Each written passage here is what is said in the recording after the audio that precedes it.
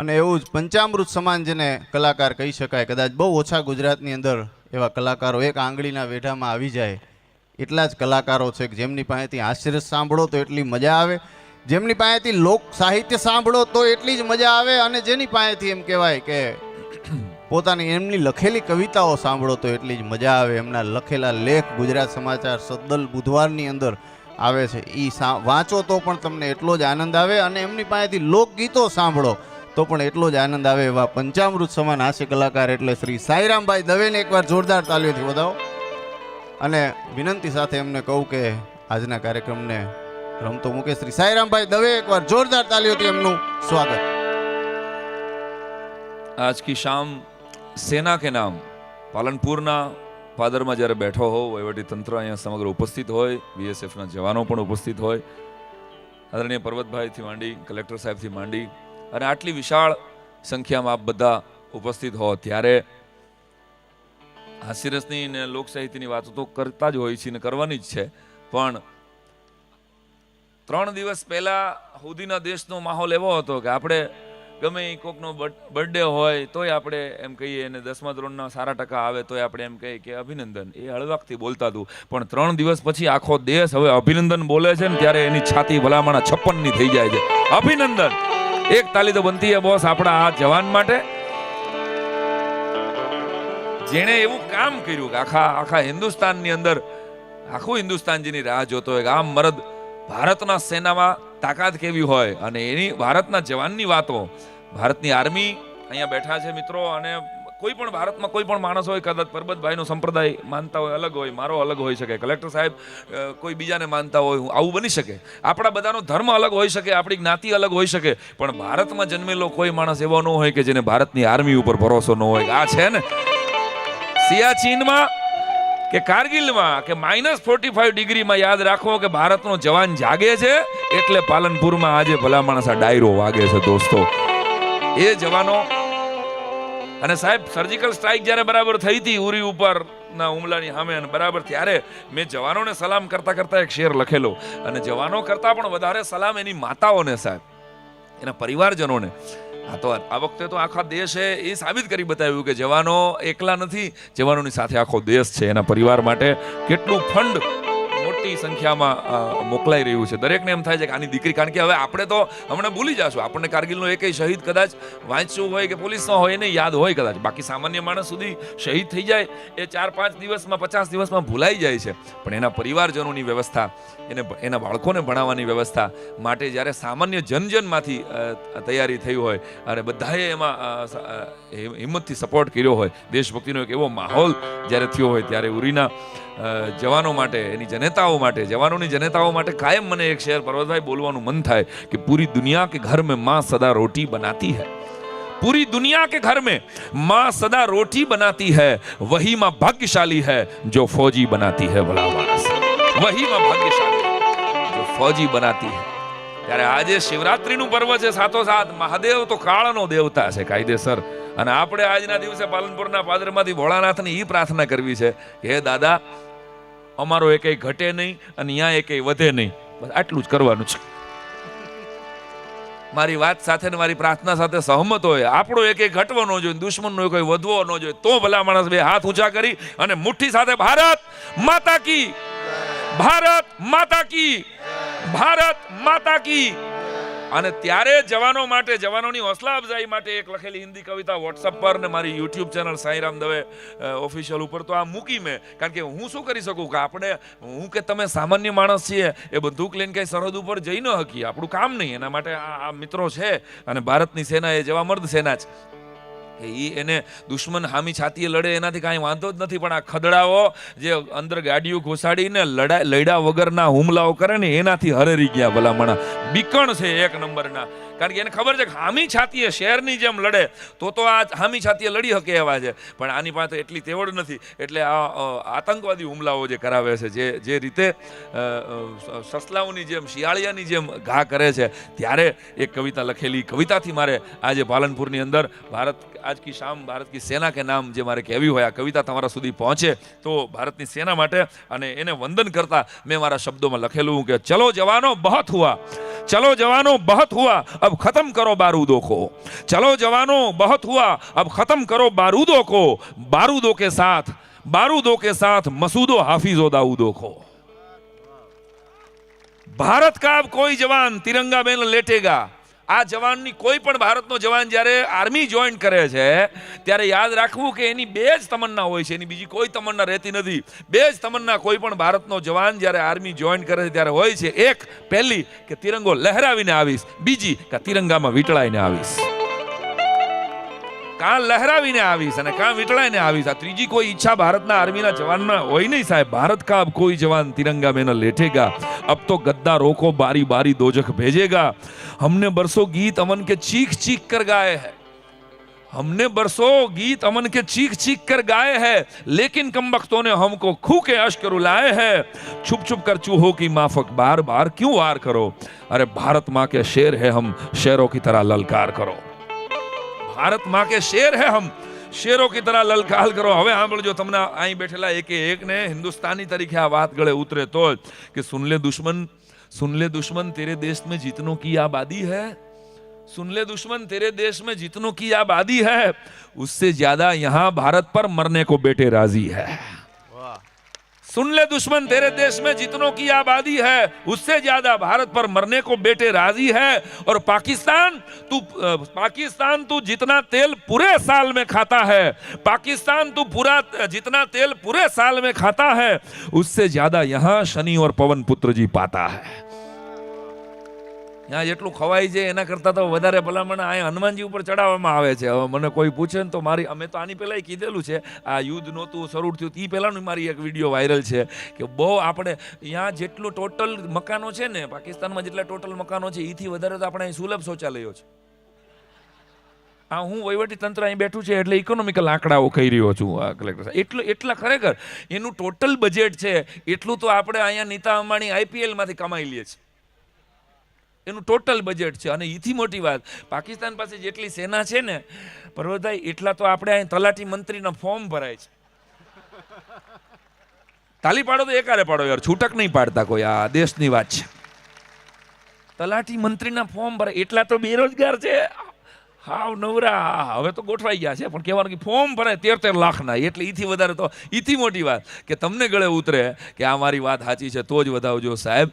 કે આપણે બહુ જૂનો ગરબો યાદ હોય તો તમે બધી અહીં માતાઓ બહેનોનો આટલો બધો વર્ગ બેઠો જ, વર્ષો પહેલાનો બહુ જૂનો ગરબો છે, યાદ છે?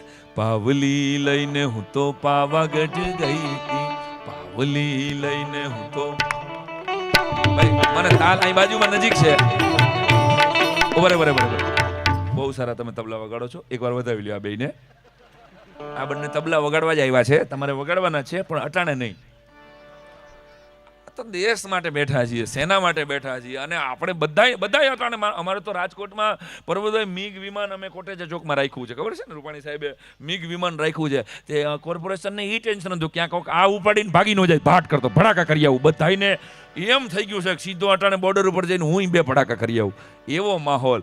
અને સાહેબ અત્યાર સુધીમાં એવું બનતું જ તું, ધડાકાન ભડાકા તો કેટલી વાર આપણી સેના ઉપર થયા હતા। આરામખોરો આપણા સેનાના આર્મીના જવાનોના માથા કાપીને નાચ્યા છે। આ તો મરદના ફાડિયા જેવો વડાપ્રધાન આપણો બેઠો છે એટલે આ હામો ઘા થઈ ગયો। એકવાર થાલી તો બનતી હે બોસ, કે આ સેનાનો વિષય છે અને સેનાએ કેવી રીતે આનો જવાબ દેવો એ સેના જાણે સાહેબ। આટલી છૂટ આપી એટલે સેના તો ભૂકા કાઢી નાખે એવી છે સાહેબ। એટલે કેટલા વર્ષોથી આપણે આ બધા ગાય છીએ કે પાવલી લઈને હું, મારી હારે નો ગાય એને માતાજીના હમ છે, આપણે નાના હમ દેતા જ નથી। અને પાછો હું બ્રાહ્મણનો દીકરો છું કલેક્ટર સાહેબ, એટલે જો તમે બધા અહીં બેઠા છો એ મારી વાતમાં તાલી પાડીને નહીં ગાઓ તો બ્રાહ્મણનો દીકરા તરીકે 5 ગ્રામનો શ્રાપ દઈશ। 5 જ ગ્રામ, શ્રાપ મોટો નથી આપતો હું, 5 જ ગ્રામનો શ્રાપ આપીશ, એટલે પછી આવતો જન્મ આખો તાલી પાડવાનો મળશે। બહુચરાજી જઈને માતાજીની પૂજા કરવી પડશે, લાગે ભાગે લોહીની ધાર આપણી ઉપર કાંઈ નહીં। હાલ આનંદ કરવા માટે ભેગા થયા છીએ, આનંદ સાથે હાસ્યરસની દેશભક્તિની એક વાત કહેવી છે, પણ અગાઉ મારી હારે પાવલી લઈને હું તો પાવાગઢ, કમ ઓન, પાવલી લઈને હું તો પાવાગઢ વાળી મને નહીં તો મારી પાવલી પાછી દે, નહીં તો મારી પાવલી. આ તમે સાંભળ્યું જ, આપણે કઈ અત્યારે ગાવું નથી, ઓરિજિનલ મળે છે હેમંત ચૌહાણ, તમે યુટ્યુબ પર સર્ચ કરી લેજો. પણ પાવલી લઈને હું પાવાગઢ ગઈ હતી. આ પર્વતભાઈ, આ ગરબો છે ને એમાં પહેલી 2 લીટી માતાજી માટે છે, અને જે છેલ્લી લીટી છે ને એ ગુજરાતી પ્રજાની લાક્ષણિકતા છે. પાવલી લઈને હું પાવાગઢ ગઈ હતી, પાવાગઢ વાળી મને દર્શન દે ત્યાં સુધી એ માતાજીનો ગરબો છે, અને જો દર્શન ન દેવાના હોય માતાજી તો પાવલી પાછી દેવી પડે. આ ગુજરાતી પ્રજા જે બ્રહ્માંડ ભાંડોતરી પાસેથી, શક્તિ પાસેથી, ખુદ સાક્ષાત ભગવતી પાસેથી પાવલી પાછી માગવાનું સામર્થ્ય રાખે, આ ગુજરાતી પ્રજાના મૂળ અને કુળના વડાપ્રધાન નરેન્દ્ર મોદી પાસેથી પાકિસ્તાનને કાશ્મીર જોઈ છે. સમજાય તો. હવે અહીંયા કોઈ પાલડીથી બેઠું હોય ને બાપુનગર સુધીની BRTS બસમાં જગ્યા નથી આપતું, અને એ કાશ્મીર દઈ. આહા, એટલે મેં આમાં પૂરો કર્યો છે કે પાकिस्तान तू जितना तेल पूरे साल में खाता है उससे ज्यादा यहाँ शनि और पवन पुत्र जी पाता है. कदम उठाओ भारत सेना, अब तो तुम्हारी बारी है. 56 की छाती वाला नौजवान जग पर भारी है. हिसाब बाकी है संसद का, बॉम्ब ब्लास्ट का, ताज का, उरी के शहीदों की बेवा और बच्चों की लाज का. और 13 लाख नहीं हो तुम, આ છેલ્લા શેરમાં કીધું છે કે 13 લાખ નહીં હો तुम, करोड़ों लोगों की जान हो. साईं कहे मर्द जवानों तुम सच्चा हिंदुस्तान हो. साईं कहे मर्द जवानों तुम सच्चा हिंदुस्तान हो. તો આ ભારતની સેના, આ અભિનંદનને પાત્ર છે. ફરી ફરીને એવો મર્દ અભિનંદન પણ જ્યારે 24 કલાકમાં, નકર આ લોકો માથા કાપીને પાછા નહોતા આપતા, અને હાજો નરવો આપવો પડે એ તાકાત હિન્દુસ્તાનની સેનામાં છે, હિન્દુસ્તાનના શાસકોમાં છે. ત્યારે એવા સમયની વચ્ચે આપણે તો માત્ર દુઆ કરવા માટે, આપણે તો પ્રાર્થના કરવા માટે ભેગા થયા છીએ. અને એટલે એક કડી મારે ગાવી છે જે તમને ગળે ઉતરે એવું મને ગમતા ગીતથી મારે, હું આમ ગાતો નથી. અભિતાબેન બહુ સરસ મજાનું ગાય છે, આપણે એમનો પણ પછી ગીતો સાંભળવાના, પણ હું ગાતો નથી. હું એક જગ્યાએ મેં ભજન ગાયું હતું, ભાલાવાળા ધણી ભેરે રહેજો. રામાપીરનું ભજન ગાયું, ભાલાવાળા ધણી ભેરે રહેજો. તો ઓડિયન્સે ફાળો કરી દીધો, કાલે તમે તમારી ઘેરે રહેજો. મેં બંધ કર્યું ને આ લોકોએ શરૂ કર્યું. હા, ગાય એને ગળો હોય તો ટિકિટ નવી હોય, બોલો ટીટી ઉતરી જ ગયો આમાં, મારે પૂછવું જ નથી કોઈને. ખરેખર એવા. અને એ કાકા અમારે અઘરા છે. એ હમણાં એરપોર્ટ ઉપર જતા હતા, એરપોર્ટ ઉપર જતા હતા, પ્લેનમાં બેઠા, જેવા પ્લેનમાં ગયા ને 13 નંબરની સીટ હતી એની પાછળ, તો એ 13 નંબરમાં જવાને બદલે સીધા પાયલોટ પાસે ગયા. ઠક ઠક ઠક ખખડાય હોય. જનરલી અહીંયા એરોસ્ટેસ ઊભી કે સર શું કામ છે, એમને ખોલો આ મળવું છે. અરે કે સર આમ નહીં મળવું છે. એટલે ઓલા ખોલ્યું પાયલોટ, બરાબર પાયલોટ ઓલું હેડફોન રાખીને બેઠો હતો ને કંઈક વાત કરતો હતો, ભગવાન જાણે એનું સેટિંગ હજી તો ઉબડ્યું નહોતું. ત્યાં અંદર જઈ અને એણે પર્વતભાઈ એરપોર્ટમાં પાયલોટનું હેડફોન કાઢીને કીધું કે એલા અમે અહીંયા પૈસા દઈ અને રેડિયો મિર્ચી તું સાંભળે.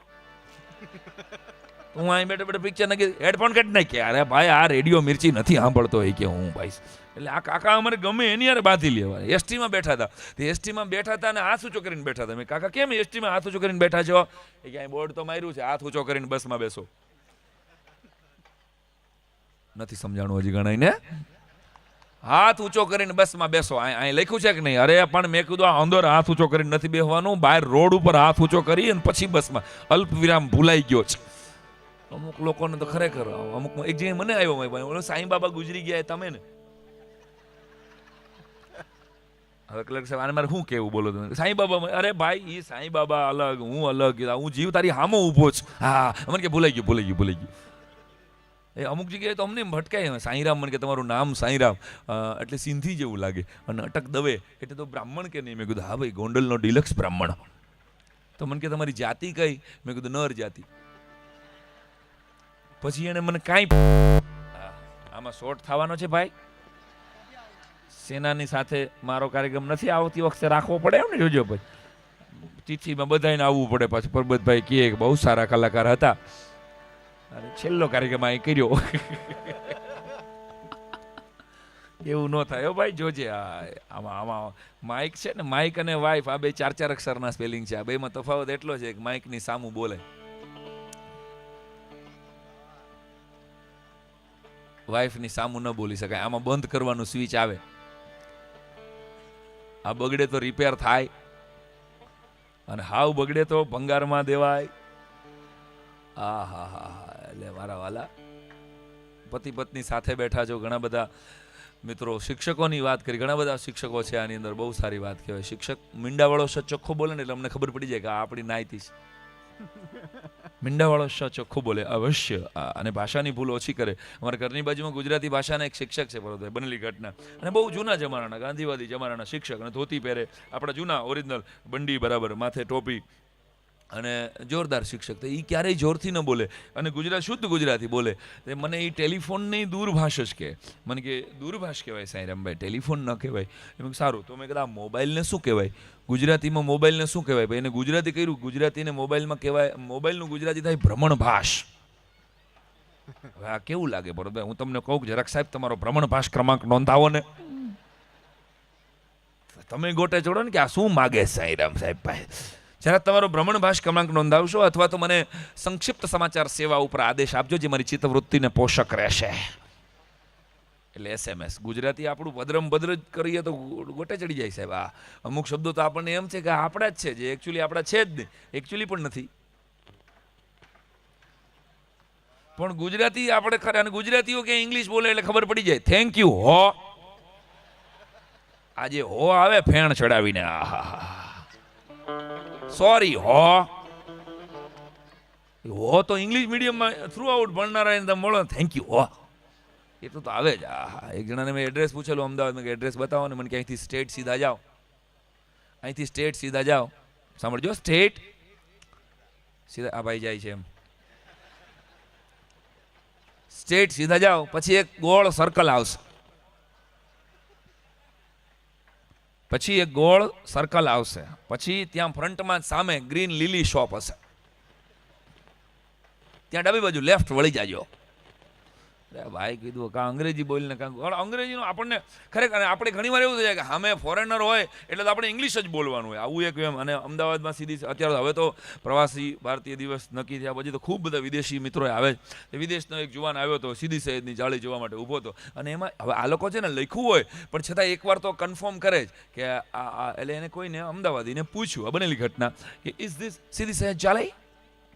એટલે અમદાવાદમાં હા બોલતા ટિપિકલ અમદાવાદીને તમે મળ્યા હો, તને ખબર છે એ હો વ, હા ને હો વ કે હો વ. તો ઓલા એ કીધું કે હો વ. હવે હોવ છે એ આ પરદેશી હતો, એની ડિક્શનરીમાં જ નહોતું. એટલે બીજાને પૂછ્યું, ઇઝ ધીસ સીધી સૈયદ જાળી? કે હો વ. ત્રીજી બેન, મેડમ ઇઝ ધીસ સીધી સૈયદ જાળી? હો વ. 22 જણાને પૂછ્યું, 22 હોવો કીધું. અને આ ફોરેનર ગોઠે ચડ્યો કે આ સાલું હોવો ગૂગલ ઉપર કરે તો ગૂગલમાં કાંઈ આવે નહીં. What is the meaning of હોવો? એક કોલેજિયન નીકળ્યો બરાબર, એને પૂછ્યું કે જેન્ટલમેન ઇઝ ધીસ સીધી સૈયદ જાળી? ઓલ કે yes. Oh my God, thank you. Then what is the meaning of હોવો? હોવાનો અર્થ શું થાય? એટલે ઓલા જુવાને બહુ સરસ કલેક્ટ સાહેબ જવાબ આપ્યો કે those people who are uneducated સે હોવો ઇન્સ્ટેડ ઓફ યસ. જે લોકો ભણેલા નથી એ લોકો હોવ બોલે છે યસની જગ્યાએ. ઓ ધેન યુ આર એજ્યુકેટેડ હોવ. આ જોક જેને ન સમજાય લોકો નીકળજો ભાઈ, ઘરે જઈને સુઈ જાજો. હોવ એટલે આ દરેક બાર ગાવે બોલી બદલે તરુવર બદલે શાખા, બુઢાપામાં ઘણાયના વાળ બદલે પણ લખણનો બદલે લાખા. હા, એટલા બધા મુદ્દાઓ છે. અમદાવાદ ગુજરાતી ભાષાની વાત કરું એટલે કાયમ હું કહું છું કે અંગ્રેજી છે ને પાવડરનું દૂધ છે, અને ગુજરાતી મારીને તમારી માનું દૂધ છે સાહેબ. આ માના ધાવણની મીઠાશ, એટલે એને સાચવવું જો. એ વાત એટલા માટે કરું છું કે માતૃભાષા, હમણાં જ અમારા જણકાર સાહેબ બેઠા હતા જ્યારે વાત થઈ ગઈ, માતૃભાષા મરતી જાય છે. એટલા માટે એ વાતો કાયમને માટે બધા જ મંચ ઉપરથી કહેવામાં આવે કે અત્યારે બધાને ઘેલું લાગ્યું છે મારો દીકરાને ઇંગ્લિશ મીડિયમમાં બેસાડ. હું તો કહું છું ઇંગ્લિશ મીડિયમમાં જે મમ્મીઓને બેસાડવાનો શોખ છે ને એની માટે શરત મારી એટલી છે કે જેને સાણસીનું અંગ્રેજી આવડતું હોય ને, સાણસીનું અંગ્રેજી તમને આવડતું હોય તો તમારા છોકરાને ઇંગ્લિશ મીડિયમમાં બેહાડાય, બાકી કૂટાઈ જશે છોકરો. કારણ કે ટ્વિંકલ ટ્વિંકલ લિટલ સ્ટાર સુધી તો વાંધો નહીં આવે, LKG HKG ચોથા ધોરણનું ભૂગોળ આવશે ને તમે ગોટે ચડશો, ડિક્શનરી લઈને વાંચવું પડે. એટલે સાહેબ, અને બહુ ઇંગ્લિશ મીડિયમ થી સારું થાય આવા વેમમાં ન રાખવું. બહુ ફોરેન ભણેલા હતા કેટલાય બધાને એ વડનગરની પ્રાથમિક શાળાએ કૂટી નાખ્યા. આ જો સમજાય, ન સમજાય તો નસીબ તમારા. બહુ ઇંગ્લિશ મીડિયમમાં ભણેલા છે હજી બેઠા છે. આ મિત્રો ગયો એક જણો મને કે મિત્રો તમે ન બોલતા હો, મને કે કાનની બૂટ લાલ ગુમ થઈ જાય. મને કે ભાઈઓ તથા બહેનો આવું કોક બોલે છે ને તો એટેક આવવાની અણી માથે છે. પરંતુ અમારી ઘરની બાજુ મેં કુરજી કાકા રહીએ છે. મને કે સાહેબ મોદી સાહેબ તમને ઓળખે? મેં કીધું ઓળખે ને, 12 વર્ષ અહીં કામ કર્યું છે, અમે પ્રોગ્રામ કેટલા કર્યા. મને કે તમે એમને કંઈ વિનંતી કહી શકો? મેં કીધું શું કહ્યું, કંઈક સારું સજેશન હોય તો કહીએ દેશના હિતમાં. મને કે દેશના હિતની તો ખબર નથી, પણ મારે અંગત ખાલી એટલું કહેવાનું છે કે 2-3 વર્ષ પહેલા જેમ જૂની નોટ બંધ કરી હતી, હા, તો એમ મને કે આ વખતે કંઈક જૂના લગ્ન બંધ થાય. મેં કામ મને કે તારી કાકીથી કંટાળી ગયો છે, એટલે આ પર્સનલ પ્રોબ્લેમના સોલ્યુશન પીએમ પાસેથી ન કઢવાય, એને ઘણું કામ છે મારા વાલા. અને આઝાદીના 70 વર્ષ પછી 18 કલાક કામ કરનાર વડાપ્રધાન મળ્યો છે ભારતને. ભારતના સદનસીબ છે બોસ. એ કઈ રજા લીધા વગર એની દિવાળી કે હોળી એ હોય બીએસએફના જવાનો સાથે સરહદ ઉપર હોય છે. એનો પરિવાર જ સેના છે સાહેબ. કહેવાનો અર્થ એ છે કે ત્યારે એવા વાતાવરણની વચ્ચે મારે તમને કહેવું છે, કડી ખાલી મારે ભારત આ દેશ જ્યાં મારી શરૂઆત હતી ત્યાં હું પાછો આવું છું કે પૂરી દુનિયા કે ઘર में माँ सदा रोटी बनाती है, वही माँ भाग्यशाली है जो फौजी बनाती है. ફૌજીઓની માતાઓને વંદન છે, એની ધર્મપત્નીઓને વંદન છે. કારણ કે હું તમે તો 2 ફોટા મૂકી અને કદાચ એક રાત પ્રોગ્રામ કરીને વાત કરીને 2 મિનિટનું મૌન પછી ભૂલી જશું, પણ એની પત્નીએ સાહેબ એના ફોટા સાથે હવે આખી જિંદગી વિતાવવાની છે, એની યાદ સાથે આખી જિંદગી વિતાવવાની છે. તો એને ઈશ્વર બળ આપે એવી મંગલ પ્રાર્થના સાથે આ દેશની નારી રત્નોને બિરદાવતા કાનભાઈ બારોટ, તેજસભાઈ હું આપણો લખે છે, કાઠિયાવાડનો અણમોલ કવિ કે જે નારી તત્વને બિરદાવતા લખે છે કે રઘુકુળ ભૂષણ રામનું ગાદી તણું મૂરત હશે. રઘુકુળ ભૂષણ રામનું ગાદી તણું મૂરત હશે. આજ્ઞા પિતાની પાળવાએ વિકટ વનમાં જઈ વસે.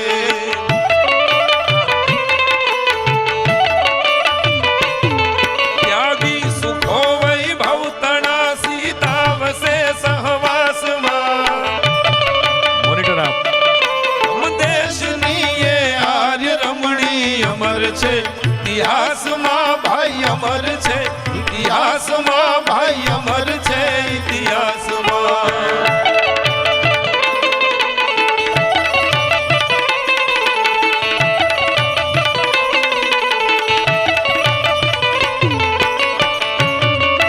અને મને ગમતી કડી શિવાજી થયા મહારાષ્ટ્રમાં, પણ મેઘાણીએ એના જે ગીતો લખ્યા એનું આલડું લખ્યું. કાઠિયાવાડનો ગુજરાતનો એકેય ડાયરો એવો ન હોય કે જેમાં રાત પડે શિવાજીને એના ગીતો સૌથી વધારે ગુજરાતમાં ગવાણા, કાઠિયાવાડમાં, સૌરાષ્ટ્ર ગુજરાતમાં ગવાણા. તો શિવાજી 1 વર્ષના હતા અને જીજાબાઈ જરા કમથું અફીણ આપે એટલે એની બેનપણીએ ટકોર કરી. હે જીજા, તું તો માં છો કે ડાકણ? તને ભવાનીએ આવો દીકરો આપ્યો છે અને તારે જરા કમથું અફીણ દઈને મારી નાખવો છે તારા છોકરાને.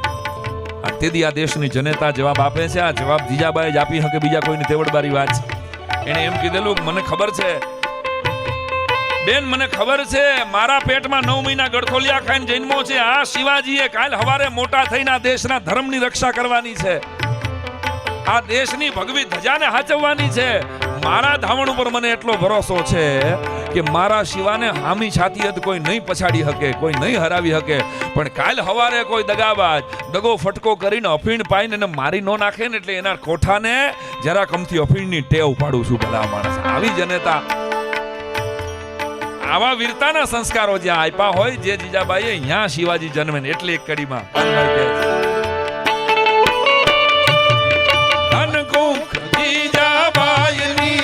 શિવાજી જન્મો હતો.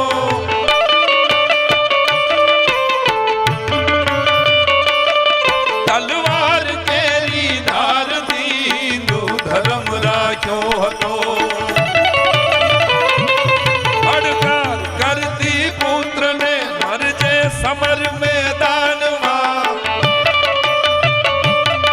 આમ દેશની એ આર્ય રમણી અમર છે, ઇતિહાસમાં ભાઈ અમર છે, ઇતિહાસમાં ભાઈ અમર છે, ઇતિહાસમાં.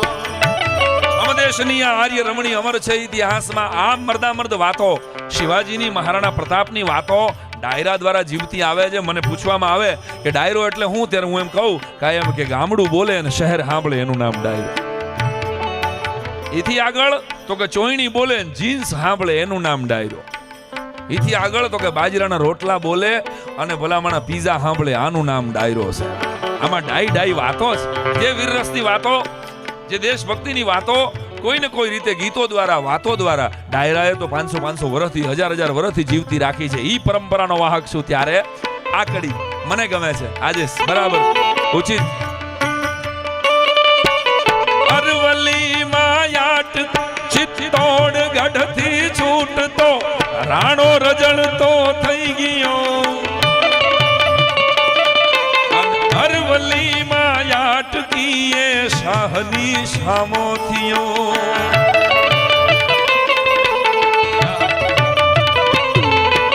રાણી અને વડી રાજકુંવરો વસ્યા જઈ વનવાસમાં. આમ દેશ પિયાર રમણી અમર છે ઇતિહાસમાં ભાઈ અમર છે. ઇતિહાસમાં ભાઈ અમર છે. ઈ મહારાણા પ્રતાપને યાદ કરવા પડે. આ મુદ્દા ઉપર આપણે શિવાજીને યાદ કરવા પડે, ચંદ્રશેખર આઝાદને યાદ. કારણ કે તિરંગો આમ આમ આમ કદાચ ખોલો ને તો કદાચ 1-2 ફૂટનો તિરંગો જ હોય. ખાલી 4x4 નો એક તિરંગો, કેસરી, સફેદ ને લીલો, ચાહે કોઈ પણ કલર આપણે આ ત્રણના જે પહેરેલા છે એ માત્ર કલર નથી સાહેબ, આ દેશના કરોડો શહીદોના રક્તથી બનેલો છે આ તિરંગો. ભલા માણસ, એની પળે પળ મને તમને યાદી રહેવી જોઈએ. અને બહુ આદર સાથે મેં સન્માન કરતા હું ગાંધીજી કી શીખો કા.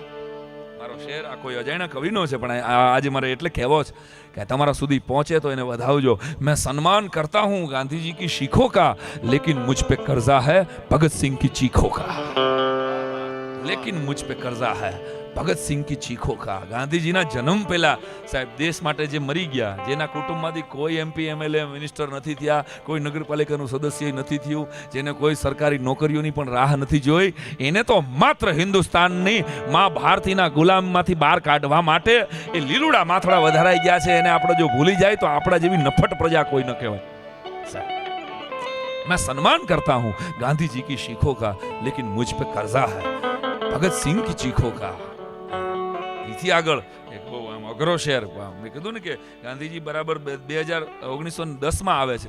એ પહેલા તો બેરિસ્ટર તરીકે ગયા હતા. સલામ, ગાંધીજી આપણા રાષ્ટ્રપિતા છે. પણ 1910 નો એક કિસ્સો તમે મેં બધાએ વાંચ્યો છે કે આફ્રિકાના રેલવે સ્ટેશન ઉપરથી એસીની ટિકિટ લઈને બેઠા હોય અને અંગ્રેજો એને ઉતારીને એનો દબાણમાંથી ઘા કરી દેવામાં આવે, એનો સામાનનો ઉતારી નાખવામાં આવે અને ધર કરતા પડે, પગ ઢચકાઈ જાય અને બેરિસ્ટર મોહનદાસ કરમચંદ ગાંધીના પાટામાંથી નહીં કાળજા હોહરવી ટ્રેન નીકળી જાય અને એ ગુજરાતી ત્યારે એટલું વિચારે કે મારા જેવા બેરિસ્ટરને, મારા જેવા ફ્લુએન્ટ ઇંગ્લિશ જાણનાર ને બોલનાર માણસને જે અંગ્રેજો છે એ ગાળ દઈ દે છે તો મારા દેશની ભોળી પ્રજાની શું હાલત કરતા હશે. ધોળિયાઓ, હવે તમે મને દેશ ડબો છોડાવ્યો છે, હું તમને હવે દેશ નો છોડાવું તો ગુજરાતી મટી જાવ. ભલા માણસ. 1910 પછી સત્યાગ્રહની શરૂઆત થાય અને 1948 સુધી ગાંધીજીનું પૂરેપૂરું આમાં કામ છે. પણ 1910 પહેલા 1857ના વિપ્લવને મારે યાદ કરવો પડે. સ્વાતંત્ર્ય સંગ્રામને આપણે કેમ ભૂલી શકીએ કે સાહેબ આ કારતૂસ ઉપર ગાયનું માંસ છે અને હું બ્રાહ્મણનો દીકરો છું અને હું આ માંસ મોઢે ન લગાડી શકું કારણ કે ગાય મારી માં છે. આવું કહી અને એક સાદો બેરકપુરનો સૈનિક મંગલ પાંડે ફાંસીના માછડે ચડી ગયો, એને કેમ ભૂલી શકાય? ભલા માણસ, આ દેશના 6 લાખ જેટલા શહીદો કે જે દેશ માટે શહીદ થઈ જાય, એમાંથી 3 લાખના ગેઝેટેડ નામ મળે છે, 3 લાખના તો નામ પણ નથી. આ શહીદો એટલે कितने झूले थे फांसी पर, कितने झूले थे फांसी पर, कितनों ने गोली खाई थी, कितने झूले थे फांसी पर, कितनों ने गोली खाई थी. क्यों झूठ सिखाते हो साहब कि सिर्फ चरखों से आजादी आई थी. क्यों झूठ सिखाते हो साहब. આમાં સિર્ફ શબ્દ બહુ મજાનો છે. ખાલી ચરખાથી નથી આવડી. ફરી હું અને કોઈ પાછું ઊંધું ન પકડે. સિર્ફ ખાલી ચરખાથી કોઈ એમ કે આઝાદી આવી હતી તો એટલા સરળ નહોતા અંગ્રેજો કે ખાલી આપણે ભૂખ્યા બેહી એટલે આપણને દેશ હોપી દે. 1945 થી 48 નો સમય હતો. ઇંગ્લેન્ડની અંદર બરાબર લેબર ફ્રન્ટ આવ્યો હતો અને એને એના દેશની ચૂંટણીમાં એમ કીધેલું કે જો અમે રાજસત્તા ઉપર આવશું તો આપણા જેટલા ગુલામ દેશ છે એને આઝાદ કરીશું. કારણ કે અહીંયા અંગ્રેજો તો મરતા જ હતા છૂટા છવાયા, એના પરિવારો ધ્વસ્ત હતા કે આ યાર હું કામ આપણે ગુલામ કરવા જાય જ કોઈને. એટલે એ બધાએ લેફ્ટ અહીંયા આખો પક્ષને રહીચો. ઇંગ્લેન્ડમાં સરકાર બદલાણી એટલે 1945 થી 50 વચ્ચે ઇંગ્લેન્ડ પાસે જેટલા પણ દેશ ગુલામ હતા એ બધાને છોડી મૂકવામાં આવ્યા. આમાં જે હતા એ બધા પણ શ્રીફળ તોડો, હાવ સાદી ભાષામાં પાલનપુરને સમજાવું કે શ્રીફળ તોડવા જાઓ, પહેલી વાર તોડવા જાઓ તૂટે નહીં, બીજી વાર તોડવા જાઓ તૂટે નહીં, અને ત્રીજી વાર ફાટ કરતા 2 કટકા થઈ જાય. આનો મતલબ કે છેલ્લા ભાગે શ્રીફળ તોડ્યું ન કહેવાય, પેલા 2 ઘાયે એમાં હિંમત કરી, મહેનત કરી એટલે જરાક ઢીલું પાડ્યું. એ મંગલ પાંડેથી માંડીને ભગતસિંહ સુધીના મોત હતા ને સાહેબ, એટલે અંગ્રેજોને એ તો ખબર પડી ગઈ હતી કે હા ગાંધીજી ગોળી નહોતા મારવાના, સત્યાગ્રહીઓ તો હામાં બેહીને લાઠીઓ ખાવાના હતા, પણ ભગતસિંહ પાડી દે એમ હતો, સાવરકર ઉડાડી દે એમ હતો, શ્યામજી કૃષ્ણ વર્મા, સરદારસિંહ રાણા એ કોઈનું સાંભળે એવા નહોતા, એ તો ધાડ કરતા જય માતાજી, સીધો રેશન કાર્ડમાંથી જ કાઢી નાખે એ વાત. હા, અને વીરતાની વાત નીકળે એટલે સરદાર પટેલના જીવનમાં મેં આ વાત કીધેલી છે ને ફરી કહું છું. ગાંધીજી બેઠા છે, આજે ઇતિહાસ થઈ ગયા પછીની વાત, સરદાર પટેલ બેઠા છે અને આપણા આર્મીના જે ચીફ કમાન્ડર છે એ આવીને બેઠા હતા, અને ગાંધીજીએ હળવેક દઈને આર્મીના ચીફને સાહેબ એટલું કીધેલું, આ બનેલી મિનિટ બુકમાં નોંધાયેલી વાત કહું છું, અમારા ઘરની વાત નથી, કે આર્મીના ચીફ કમાન્ડરને કીધું કે તમે તમારા, ગાંધીજી બોલ્યા કે તમે તમારી સેનાના સૈનિકોને કહેજો કે સરહદ ઉપર થોડીક અહિંસા રાખે, સરહદ ઉપર થોડીક અહિંસા રાખે. આવું કીધા એટલે આર્મીનો ચીફ કમાન્ડર ગોઠે ચડ્યો કે હવે તો આ સરહદ ઉપર અહિંસા રાખવું તો સરહદ હાચવવી કેમ? એટલે એને સરદાર પટેલની સામે જોયું, અને ત્યારે સાહેબ કરમસદના પટેલે જે જવાબ આપ્યો તો એ ભૂકા કાઢ નાખે એવો. કલેક્ટર સાહેબ બરાબર સરદાર પટેલે ગાંધીજી સામે જોઈ, આંખથી એની પરવાનગી લઈ અને આર્મીના ચીફ કમાન્ડરને એટલું કીધેલું, એટલે કે બાપુનું કહેવાનું એમ છે કે દેશની હિત માટે કરેલી હિંસા એ અહિંસા જ છે. આને લોખંડી પુરુષ કહેવાય છે. દેશની હિત માટે, દેશના હિત માટે કરેલી હિંસા છે ને, એમ કોઈ એમ કહે કે હવે અટાણે આમાં એણે આપણા 44 ઉડાડી નાખ્યા તો એના 400 જાય ત્યાં જ આત્માને શાંતિ મળે, ઉપરથી મિસકોલ પછી આવે ભલામણ, બરાબર કર્યું. આમાં આપણે એમ કહીએ કે ના ના આવું ન કરવું જોઈએ તો ભલામણ આ આવીને કાલે સવારે બધા અહીં આવી જાય ફરી ફરીને. એટલે કોઈ અજાયના કવિની કવિતા પણ વારે ઘડીએ મેં કીધું એમ કે પાકિસ્તાન એમ કીધા કરે કાશ્મીર આપો, કાશ્મીર આપો, એટલે મને એમ થાય કે આને એટલું તો કહેવું જોઈએ કે ભાઈ તું, અને ઇમરાન ખાન અરે વાત કરવી જોઈએ. અરે ભાઈ એને વાત કરવામાં સફળતા મળતી હોત તો 3 ઘર થોડા કરવા પડત, એ વાત કરવામાં ફેલ ગયો હોય તો 3 આવે, જો આ સમજાય તો, પછી ન સમજાય તો ઘણા આખો કાર્યક્રમ પૂરો થઈ જાય, પછી કાલે સવારે પાલનપુરમાં દાંત આવશે.